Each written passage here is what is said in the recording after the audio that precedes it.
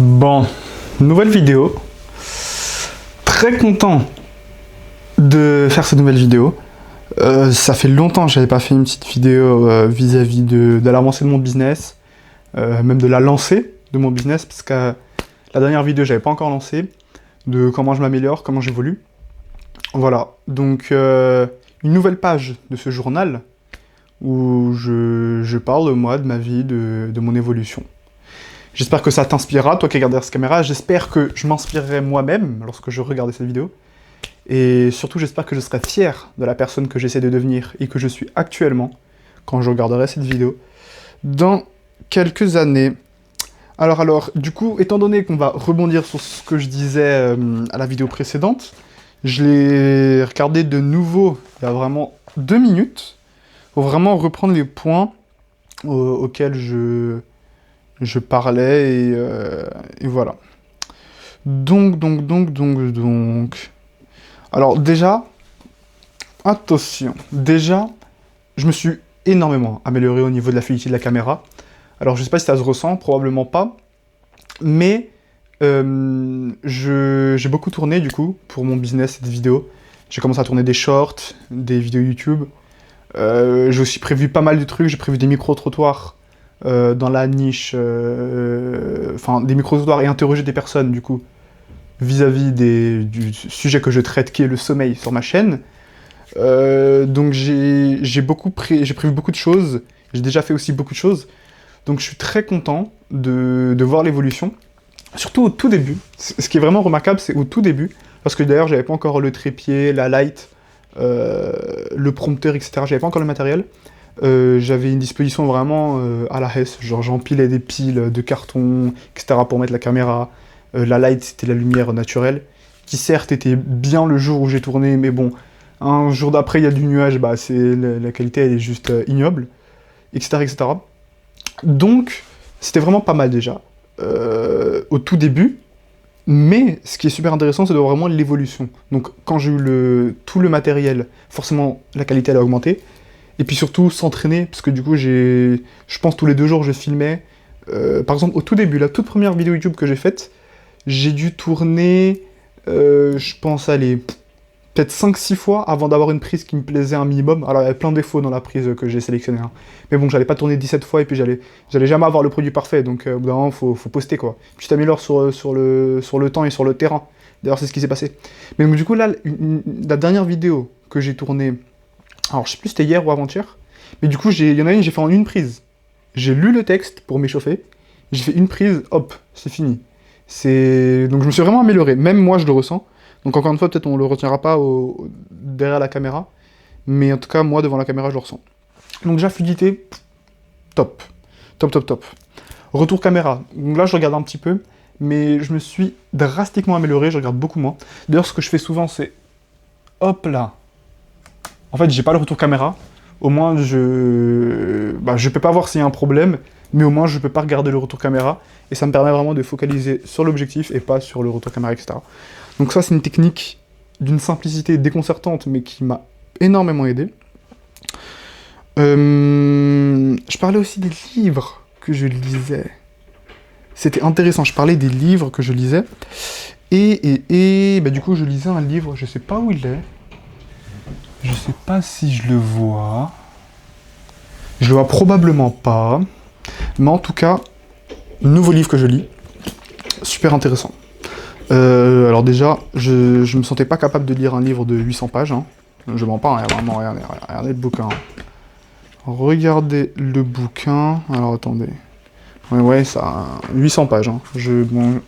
On le verra pas sur le retour caméra, mais c'est vraiment un gros livre, un gros truc. Et alors pourquoi j'ai choisi ce livre-là? Simplement parce que j'avais déjà lu des livres du même auteur, donc en ça, je savais que ça allait être de la qualité, que ça allait être un style d'écriture qui me plaisait. Et livre beaucoup plus intéressant que celui de Montaigne, là, l'autre, que je lisais, que d'ailleurs j'ai arrêté. Hein. Lui, il va aller à la poubelle, bon j'abuse, mais voilà. Livre super intéressant, j'ai lu à voix haute, lorsque je pouvais, pour encore m'entraîner à parler. Et à voix dans ma tête, donc pas à voix basse dans ma tête. Quand je suis dans le métro, ou quand je suis dans un endroit où j'ai pas envie qu'on m'entende lire à voix haute, ou que j'ai pas envie de déranger les gens, ou que c'est pas un endroit apte à parler à voix haute, tout simplement, je décide de lire dans ma tête. Alors, vis-à-vis des vidéos... Ah ouais, ça je l'ai répété 2 ou 3 fois dans la vidéo. Alors dans ma tête, je trouvais que c'était déstructuré, le plan de la vidéo. Mais dans la vidéo, quand je l'ai re-regardé, je trouvais pas que c'était tant déstructuré que ça. C'est-à-dire que il n'y avait pas une trame que j'avais faite. Enfin, ça allait un peu... j'allais un peu au talent hein, quand j'ai fait la vidéo. Mais je trouvais pas que c'était tant déstructuré que ça. Donc je pense qu'il faut que je me fasse plus confiance, même dans mon improvisation. Surtout que je pense que j'ai beaucoup bossé sur plein d'aspects. Et que je suis pas un... J'ai peut-être aussi... Alors je dirais pas que j'ai un talent inné, hein, ce serait mais très orgueilleux. Donc pas du tout loin de là, mais je pense que j'ai quand même peut-être des facilités. Après forcément aussi, j'avais déjà filmé, bon on voyait pas ma tête, j'avais déjà filmé, j'avais déjà fait de la post-production, donc du montage, donc je suis pas totalement nouveau là, hein. Quand j'ai tourné la vidéo, j'avais déjà filmé des trucs, j'étais pas... J'avais déjà fait des trucs. Et donc vraiment, c'était pas un problème, et je pense vraiment que... Il faut vraiment que je me fasse plus confiance, surtout quand je débute. Là, quand je débute, j'ai beaucoup de doutes, ce qui est normal, mais il faut que je me fasse confiance, faut que j'ai confiance en mon produit, confiance en mes compétences. Et voilà, en parlant de mon produit, du coup, dans la vidéo précédente, j'avais dit que j'allais commencer un business. Là, j'ai commencé et j'en suis extrêmement fier. J'ai fait énormément de choses là. En une semaine et demie, j'ai fait énormément de choses. Alors, j'aurais pu faire encore plus de choses si je m'étais plus focus. Parce que je me divertis encore trop. Hein, alors je travaille beaucoup, hein. Je peux travailler 2-3 heures. Bon, des fois je suis pas très productif, ça va aussi, il faut que je travaille dessus.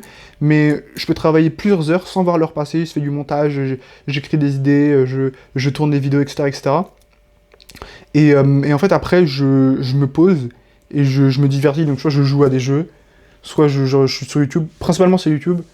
Et je regarde des vidéos gaming, etc. Et c'est vraiment pas bon. Je pense vraiment faut que je diminue ça. Parce que du coup, en fait, là, partons du principe que je vais réussir au bout de la millième heure de travail.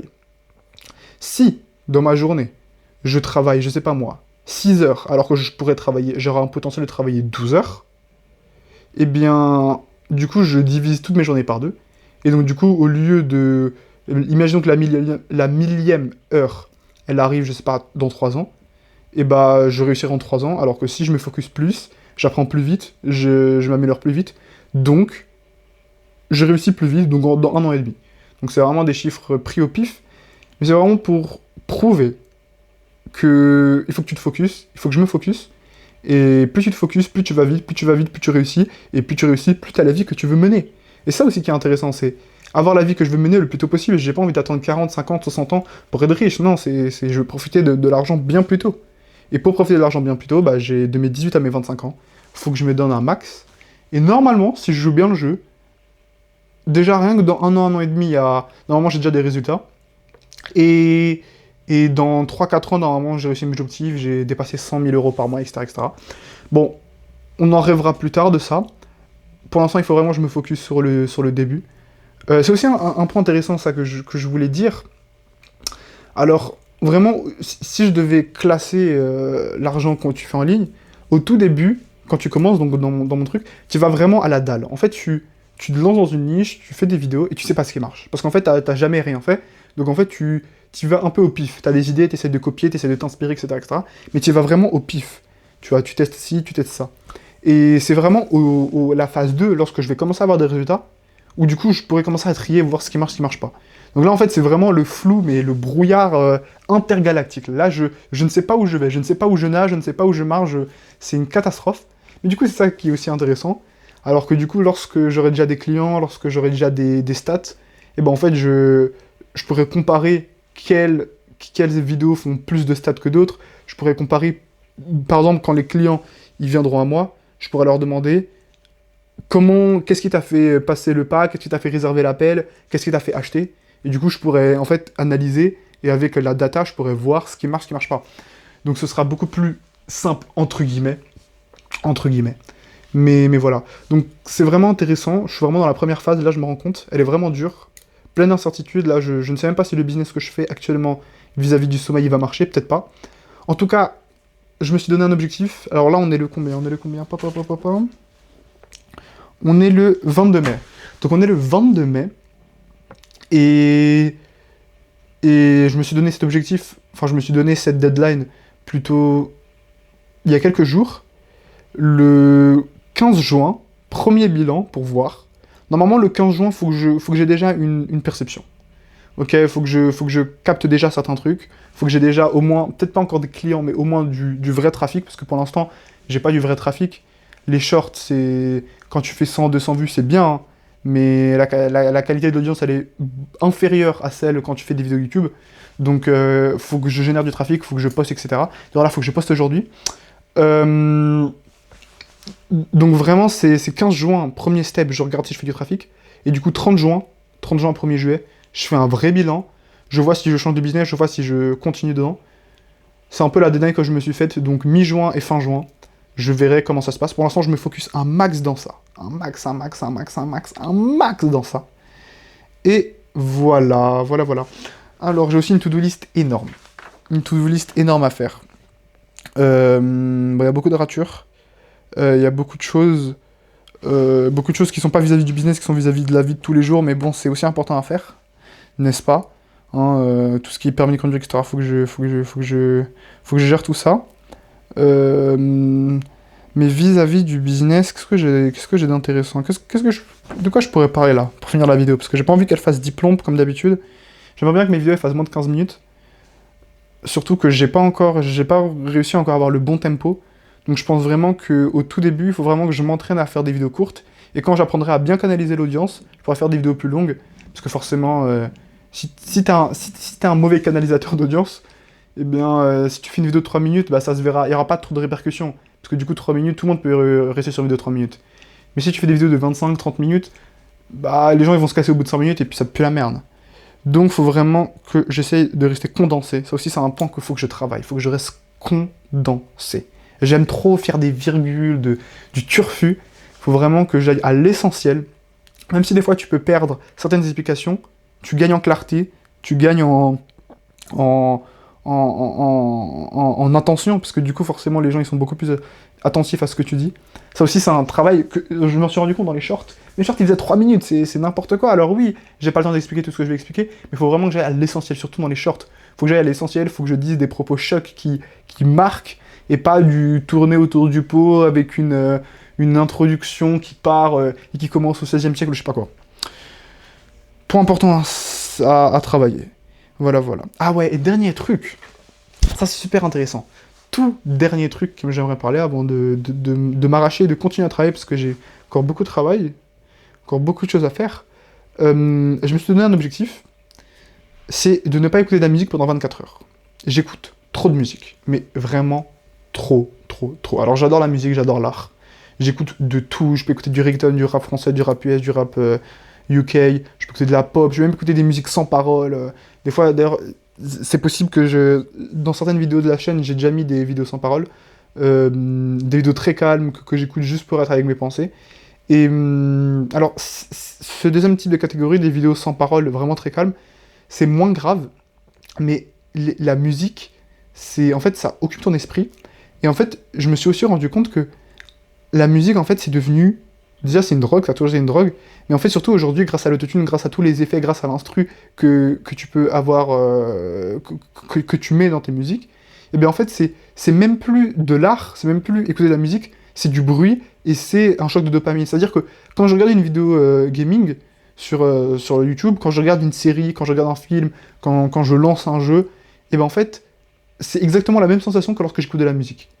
Et ça devrait pas être normal, parce que la musique, c'est de l'art, c'est censé être un truc expressif qui te fait réfléchir, etc. Sauf que là, en fait, ça m'occupe, ça ne me fait pas réfléchir, ça m'occupe. Et c'est vraiment pour ça que je me suis dit, là, je me suis dit une journée.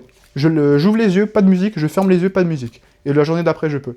Et vraiment, c'est du bruit. Et d'ailleurs, une chose que j'ai remarqué, c'est les musiques virales, c'est pas forcément des musiques, les meilleures musiques, même s'il y a forcément un peu de talent derrière, ou de maîtrise de la vocalité, etc., etc. Mais les musiques virales, c'est les musiques qui t'occupent le plus l'esprit. C'est-à-dire que quand j'écoute du Kanye West, quand j'écoute du Rihanna, quand j'écoute des musiques comme ça qui crient, il y a plein d'exemples qui occupent ton esprit. En fait, étant donné que tu as plus de dopamine, du coup, tu veux plus rester sur la musique. Et des fois, des musiques plus calmes. Je donne un exemple. Les musiques plus calmes. Gims, il fait plein de musique a cappella. Et il est vraiment bon hein, en a cappella. Hein. Mais est-ce que tu écoutes des musiques premier degré a cappella de Gims? Non, tu tombes dessus et puis après, tu next. Tu préfères écouter ces musiques où il y a où il y a de l'autotune, où il y a des instrus, où il y a des basses, où il y a tout ce que tu veux. Parce qu'en fait, ton cerveau, il n'est pas assez stimulé. Et justement, c'est un point que je pense qu'on ne parle pas assez. Tu vois, on parle beaucoup de malbouffe, on parle beaucoup de porno de masturbation, on parle beaucoup de clopes, de bédave, on parle beaucoup de TikTok, énormément de TikTok de scroller, mais on parle très peu de musique. Et je pense que c'est très dangereux de ne pas parler de ça, parce que c'est une addiction aussi, qui est certes moins grave, mais qui est là et qui te bouffe le cerveau. Et vraiment, faut que je lâche ça. Vraiment, vraiment, je me suis rendu compte. En fait, je me suis rendu compte quand j'en écoutais trop, lorsque je me suis rendu compte que j'en écoute lorsque je suis dans les transports. J'en écoute lorsque je prends ma douce. J'en écoute lorsque je fais du ménage. J'en écoute lorsque je fais à manger. J'en écoute lorsque je travaille. J'en écoute lorsque je sors dans la rue. J'en écoute lorsque je vais faire du sport. J'en écoute quand... Vraiment, c'est trop, trop, trop. Vraiment trop. Donc, moins écouter de musique. Bon, énorme parallèle vis-à-vis de ça. Mais j'avais envie d'en parler. En tout cas, voilà, la vidéo elle va finir à sa fin. Elle va finir à sa fin. Je vais en mettre un terme. Je vais retourner travailler. Probablement, je ferai une vidéo sur cette chaîne dans 2 semaines, 3 semaines, je sais pas, je verrai quand j'aurai le temps. Alors, il faut savoir aussi que j'adore faire ces vidéos-là, où je parle, etc. C'est beaucoup plus naturel, je cherche beaucoup plus mes pensées que lorsque je fais des vidéos vis-à-vis du sommeil, parce que le script, il est là, il défile, etc. Mais en fait, je peux pas faire ça trop souvent, parce qu'en fait, j'ai un potentiel, comme toi qui regardes dans la caméra, comme n'importe qui, en fait, on a tous un potentiel de faire énormément d'argent, d'avoir énormément de trafic sur ces chaînes, réussir à faire des vrais chiffres, réussir à faire des vrais montants. Et le problème, c'est qu'il faut pas se bloquer sur ce qui te plaît. Tu vois, faut vraiment que je fasse ce qui marche, pas ce qui me plaît. Et je pense vraiment que ce que je fais, mon business, il a beaucoup plus de chances de marcher que comme ça, des vidéos un peu de développement personnel, si on veut, sur YouTube. Alors ça peut prendre, hein, je ne sais pas, hein, mais c'est mon ressenti. En tout cas, on verra. À l'heure d'aujourd'hui, c'est ce que je pense. À l'heure d'aujourd'hui, c'est dans cette direction que je vais. Encore une fois, c'est ce que je disais. On est dans un brouillard énorme. On ne sait pas où on va parce qu'on n'a aucune data. En fait, on teste à droite, à gauche, sans avoir de réelles données sur lesquelles se baser. Mais ça va arriver un jour. En tout cas, l'objectif, on est, comme j'ai dit, le 22 mai 2025. L'objectif, c'est 31 décembre 2025, avoir fait au moins un mois où j'ai réussi à générer 10 000 euros par mois. Je pense que c'est vraiment à ma portée. J'ai vraiment plus de 6 mois là. Déjà, il faudrait avoir son premier client, mais vraiment, c'est vraiment possible. Donc, rendez-vous le 31 décembre où je ferai cette vidéo. Avec joie, je serai devant la caméra comme ça et je dirai j'ai fait mes 10 000 euros. J'espère même avant. En tout cas, voilà. Je te souhaite une bonne journée. J'espère que tu travailles aussi pour devenir une personne meilleure. J'espère que tu donnes un fond pour être fier de la personne que tu seras dans quelques années. Et moi, je te dis à la prochaine. Tchuss.